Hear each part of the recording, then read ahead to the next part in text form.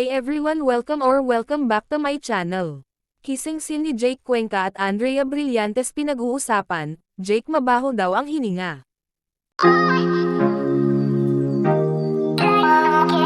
Pinag-uusapan ngayon, ang mainit na eksena sa Batang Quiapo kung saan ay nagpainit itong si Andrea Brillantes at Jake Cuenca.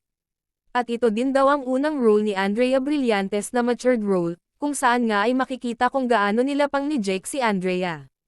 Samot-sari naman ang naging reaksyon ng mga netizens, kung saan ay iba ay hindi nagustuhan ang naging eksena ng dalawa dahil sobrang bata pa daw kasi si Andrea Brillantes. Pero, sa hindi nakakaalam si Andrea ay 21 na noong March. Dahil nga sa naging eksena ng dalawa, ay pinuna ng ibang netizens, kung saan nga ay nilapang ni Jake itong si Andrea at talagang may kasamang kissing scene pa, na kung saan ay napabalita na noon pa man, ay may issue na itong si Jake sa mga ibang leading lady niya, na itong aktor ay mabaho ang hininga, talagang mabaho daw, at walang bumabalik na leading lady nitong si Jake dahil hindi daw kinaya ang amoy ng aktor, based nga sa source, at hindi lang isa or dalawa ang nagsasabi dahil halos daw na mga naging kakissing scene nito ay nagsasabing mabaho ang hininga ni Jake, kaya naman napag-usapan tuloy ng mga netizens kung hindi nga ba daw naaamoy ni Andrea Brillantes ang bunganga ni Jake.